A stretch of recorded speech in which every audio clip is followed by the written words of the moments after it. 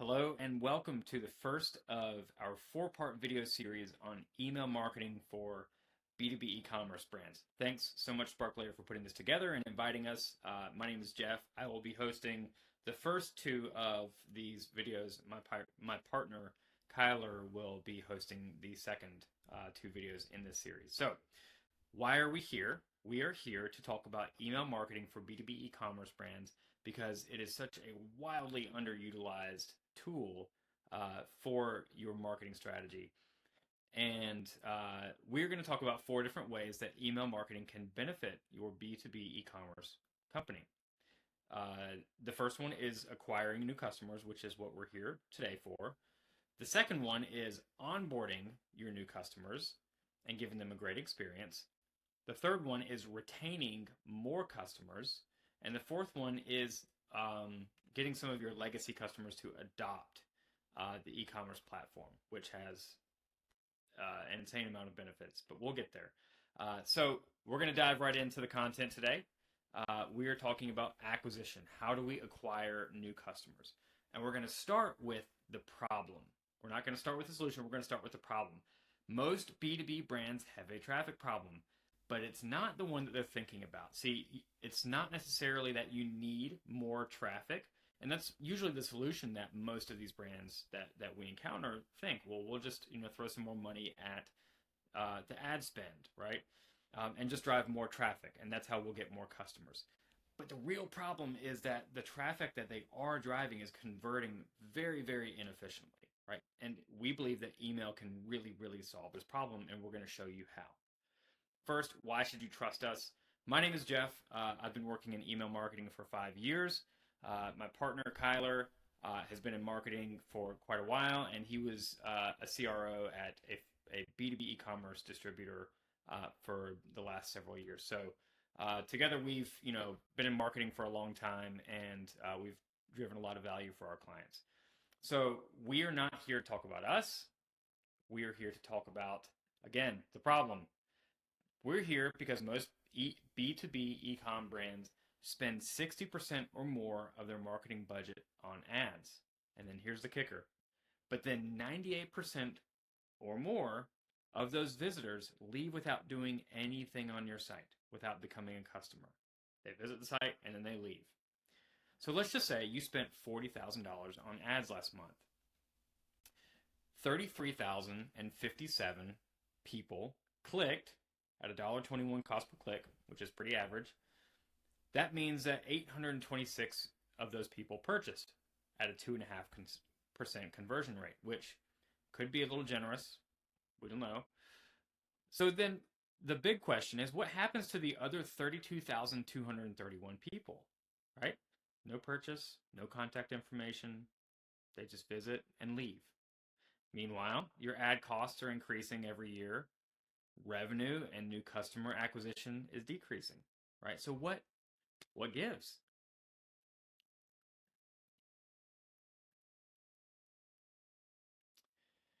Most of the time, the traffic that is visiting your site is pretty qualified. Think about it. They're coming from targeted ads. So, maybe you're getting some organic traffic from, blog posts or, some content or something like that, or just, ranking for SEO. The traffic that's visiting your site is pretty qualified, but most of them are also just not ready to buy. And the problem with this is that most websites are geared toward conversion only, right? So if we think about this funnel over here, this customer journey path here, of 100 people that visit your site, there might be 2, maybe 5 that are in the conversion bucket already. They're ready to buy, right? And we see this by conversion rates, okay? That means that 95 to 98%, again, or more, of those 100 people that visit your site are somewhere in this phase, the awareness or consideration phase. And this is where the opportunities are being lost because nothing on the website is meeting them here. It is not helping them move them to the conversion a place where they're ready to buy, okay? And that is where we really believe that email marketing can show up and make a big difference. So let's just make a few assumptions.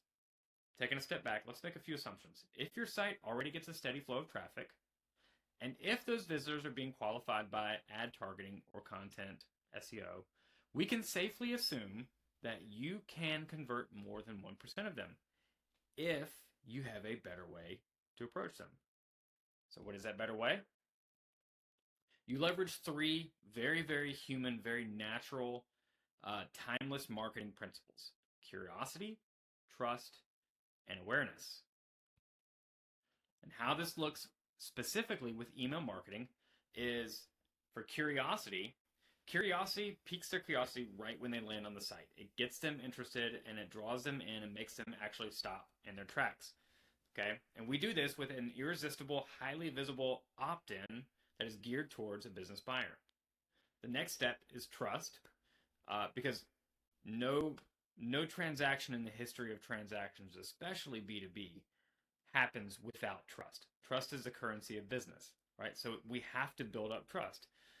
This is, again, one of the big mistakes that I would say any brand makes, especially B2B here, because they're not doing any sort of trust building, is assuming that trust is already there. But trust is not a given, right? So we have to earn that trust with these potential new buyers, okay?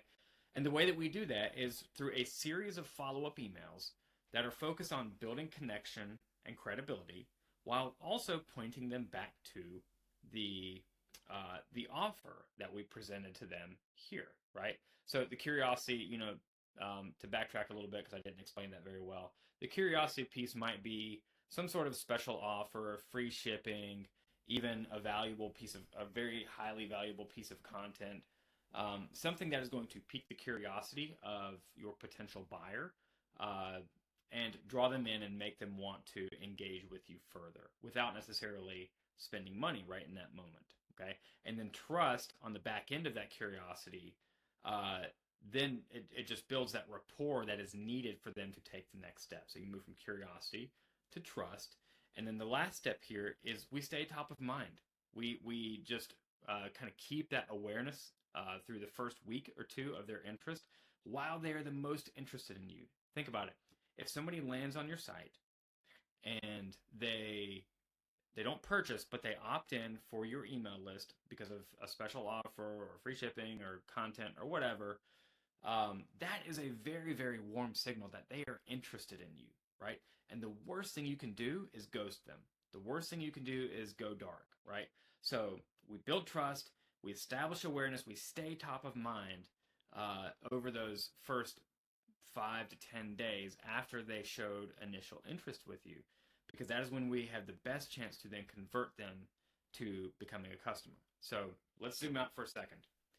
These people who opted in for the opt-in and they've moved through this sequence of emails, we've built trust and we've stayed top of mind.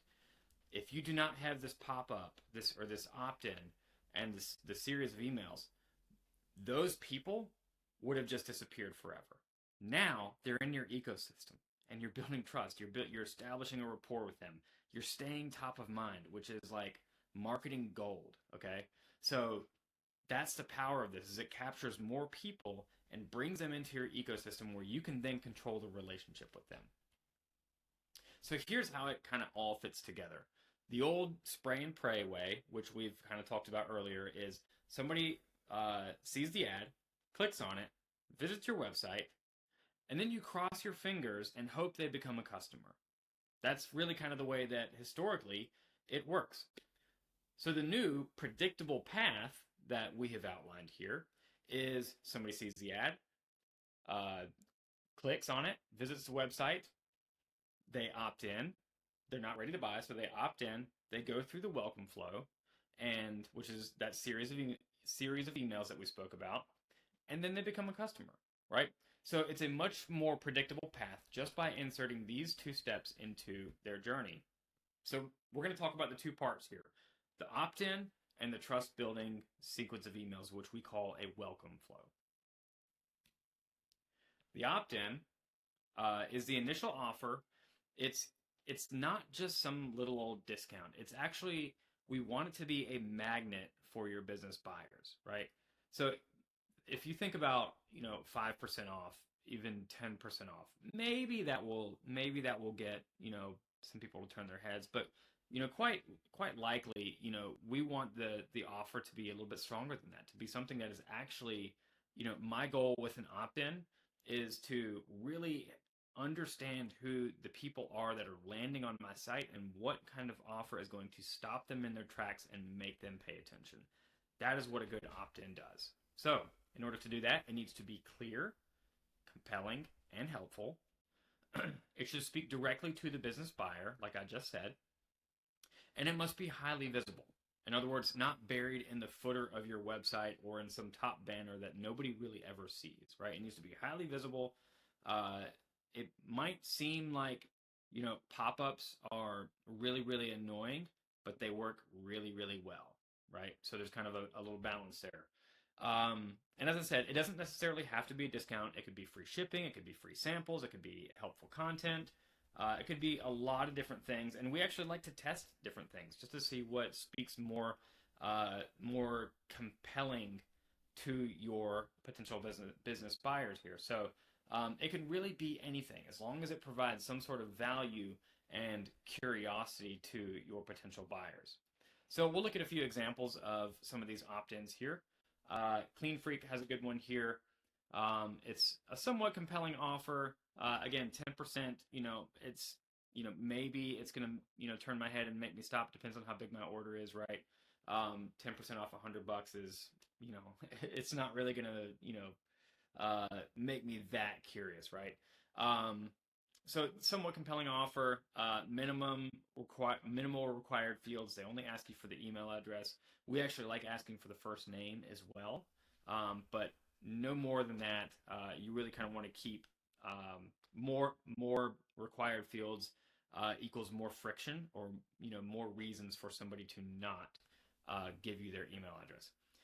Nice design here. The language is kind of vague, which it could be a little bit stronger, and it's shown immediately upon scroll, which we're going to get into a little bit of those details of when this pop-up should appear when somebody lands on your site. Let's look at the next one over here. Again, somewhat compelling offer, minimum required fields, nice, clean, easy design that's easy on the eyes, and the only drawback to this one is that it only shows on the home page. So ideally, this offer would show up on your product pages, your category pages, your home page, every page you can put it on. The next one, get free access to exclusive resources. It's pretty vague here. And what I really actually like is that they have kind of tucked away down here, a free downloadable pilot's companion, which I think is interesting. And it's got me curious, but I don't really know what that means. I don't really know what that is. So it's just, the language here is just pretty vague. Plus, get free access to exclusive resources. Okay, what is that? What exactly does that mean? So it's just pretty vague. We want to be really clear and specific with these pop-ups. Again, love the minimum required fields. Yeah, so this is a pretty good one. On the right over here, we just wanted to show you kind of like a totally worst case. This is a real pop-up. Somebody actually has this. I have no idea, why I should even sign up for this. I mean, it gives me absolutely no reason to. So clearly they just don't see the value in getting people to sign up for their email list, because every bit of it is just not very good. So we have a couple more here. So the one up top is a free sample, which I think is an interesting offer, and it is not a discount. So that's a pretty cool spin on it. It immediately qualifies the lead, which is kind of cool, because if they request the free offer, then it's a qualified lead. It's somebody who is interested in the product you're selling. Strong brand exposure. Again, they'll have something in their hands, which is again kind of cool with this. It also kind of gives you the option to add the free sample and continue shopping, which I think again is kind of a nice little spin here. I really kind of like this idea. The only problems with it were that it was hidden on the site. It was hard to find, and something like this, something as cool as this, we would want to make it front and center, like make it, something that shows up on the website after a few seconds, and is kind of plastered everywhere, because that's going to get a lot more people in the door the more visible it is. And a longer process to claim, the only, kind of difficult part about it is that, it's going to be a week before anything's in their hands, or however long it takes to ship. So, last one here, strong offer. This is the strongest one yet, I think. Free shipping on $300. Again, minimal required fields. Downfalls, it's hidden on the bottom of the site. As you can tell, this is kind of like the footer bar on the website, which means, again, how many websites do you visit where you actually scroll to that bottom part of the website? Not many, right? So it's tucked away, it's hidden, it's not really going to be top of mind or visible for people. So, again, strong offer, just kind of hidden. All right, let's move on to the welcome flow.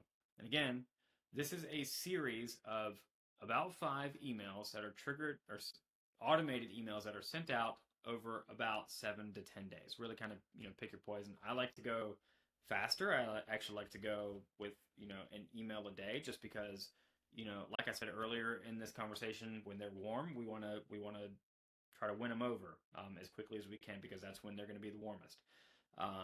So it's 5 triggered emails over 7 days, roughly.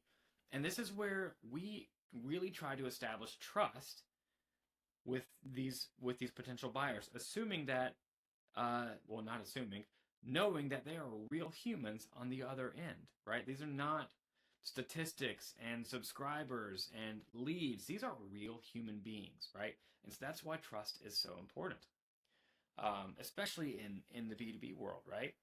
So our goals here are to make a strong first impression and consistent call to actions, right? So we're putting our best foot forward, while keeping the offer that we offered them in that pop-up. We're keeping that offer in front of them every single time, right? So that it stays top of mind. We keep, kind of being the squeaky wheel, and just kind of keep that in front of them with the same consistent offer.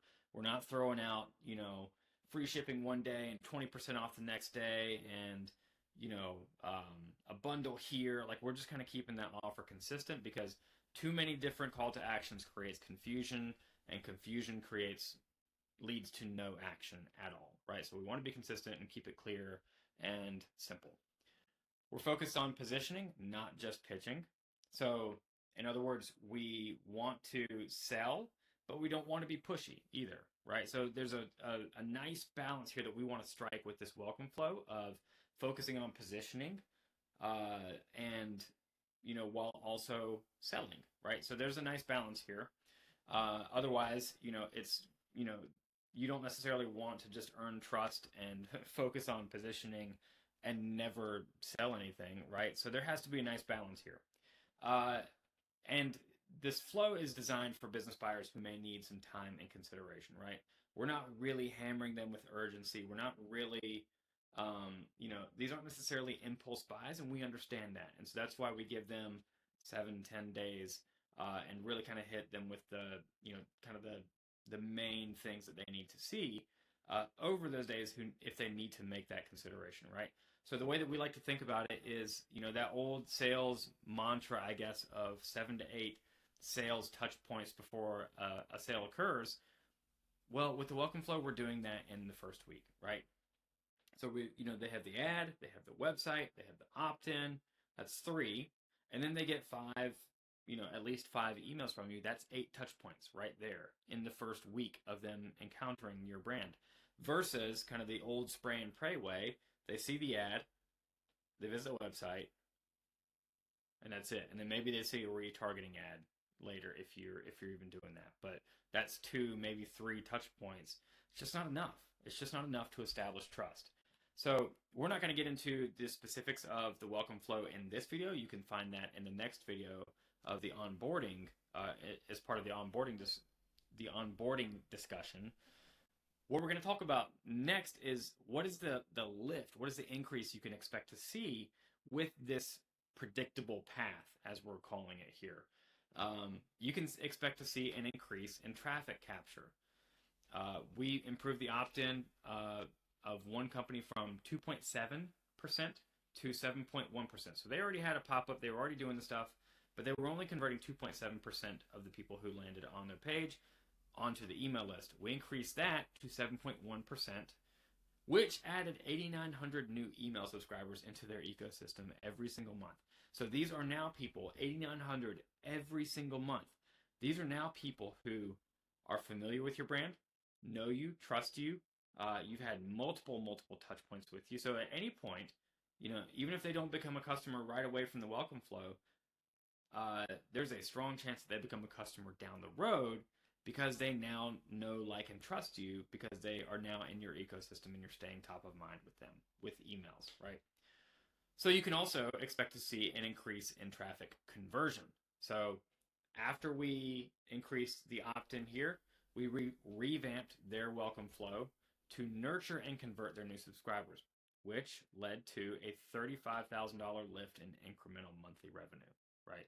So you can see that just by focusing on earning trust and staying top of mind with email marketing, that the lift could be substantial for your business, especially if you're driving significant traffic to your website already and letting 98% of it slip away, right? Conversions don't happen by chance. You can't guess, right? You're not writing a check to Google or Meta and crossing your fingers. That's the power of this system. You're not guessing anymore. You have a predictable system that is going to convert more than just a website by itself. We're not even talking about the downstream revenue of, we know that even still the vast majority of people, if 100 people go through your welcome flow, the vast majority of those people are still not going to purchase right away. But there's a strong likelihood that some of them will purchase down the road whenever it's their next cycle, whenever, they're actually in the market for it, right? That's how the, B2B works. So,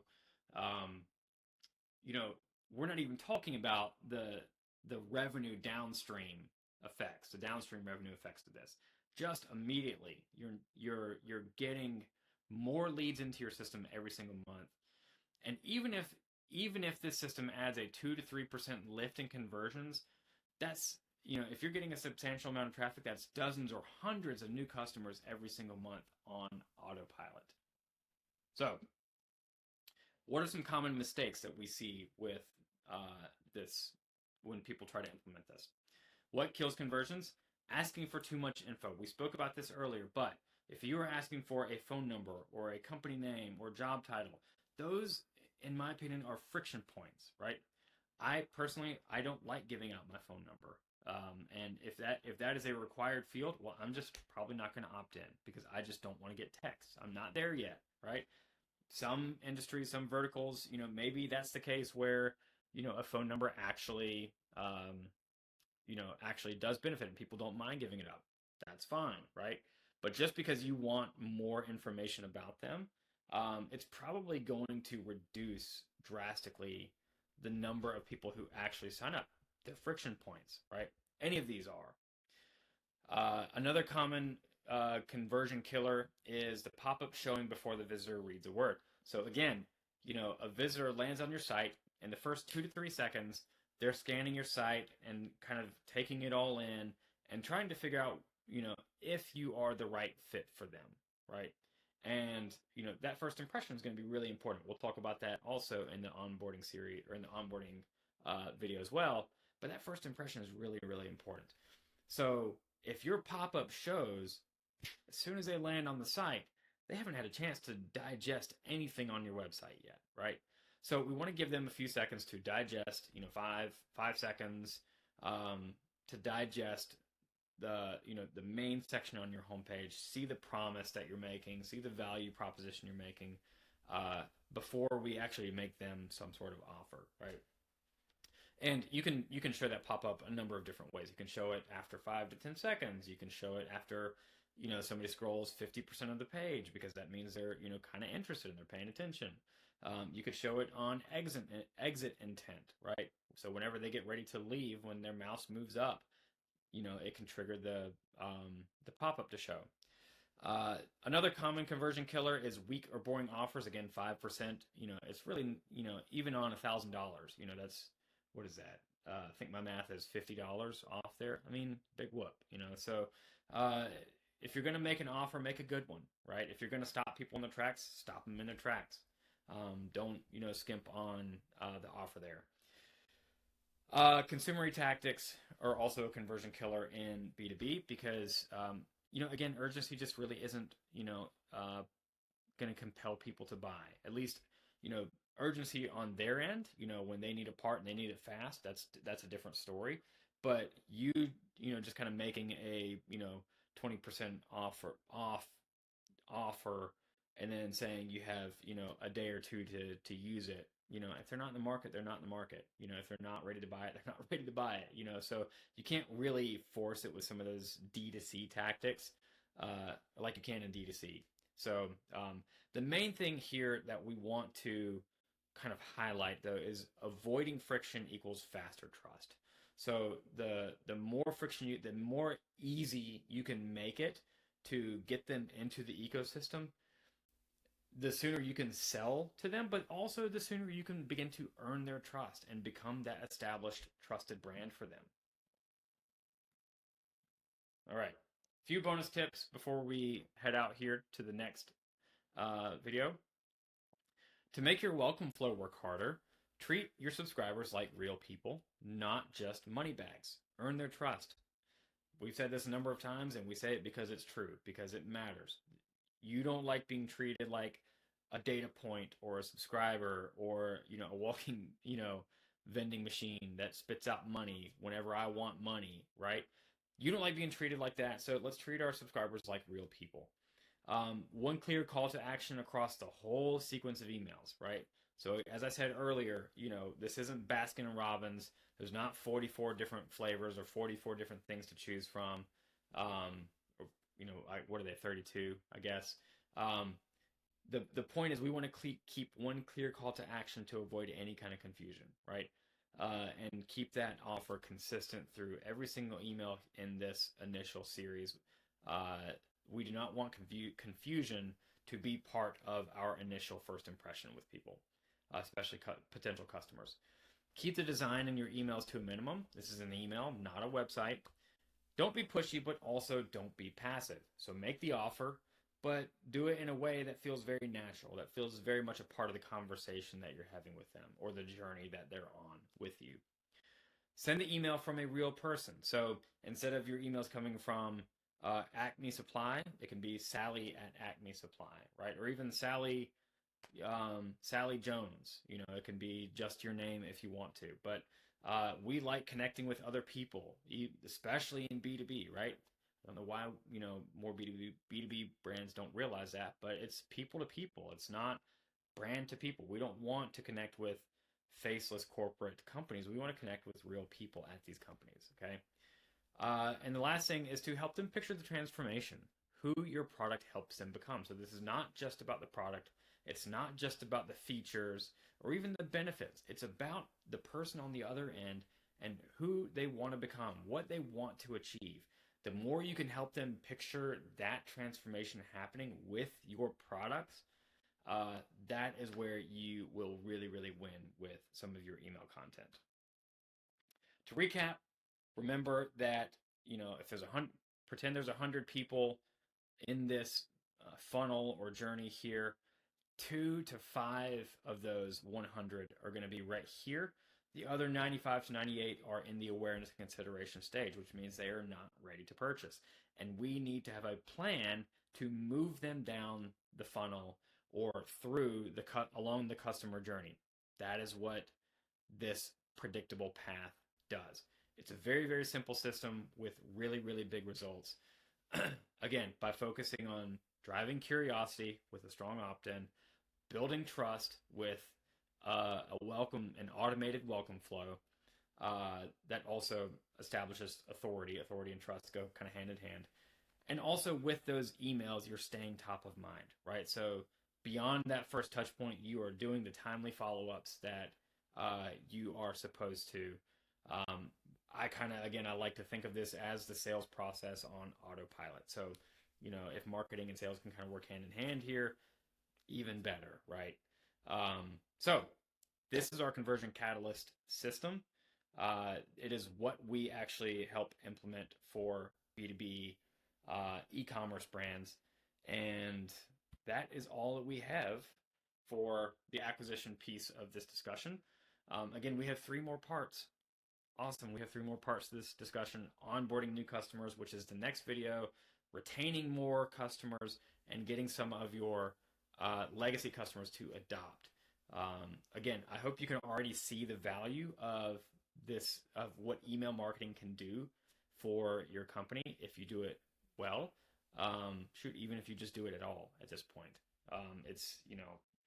There's so few people in the space leveraging it well that it's really kind of low-hanging fruit for you. So, all right, that's enough for on acquisition. I will see you in the next video, and we will talk about onboarding your new customers into your ecosystem and making a strong first impression with them.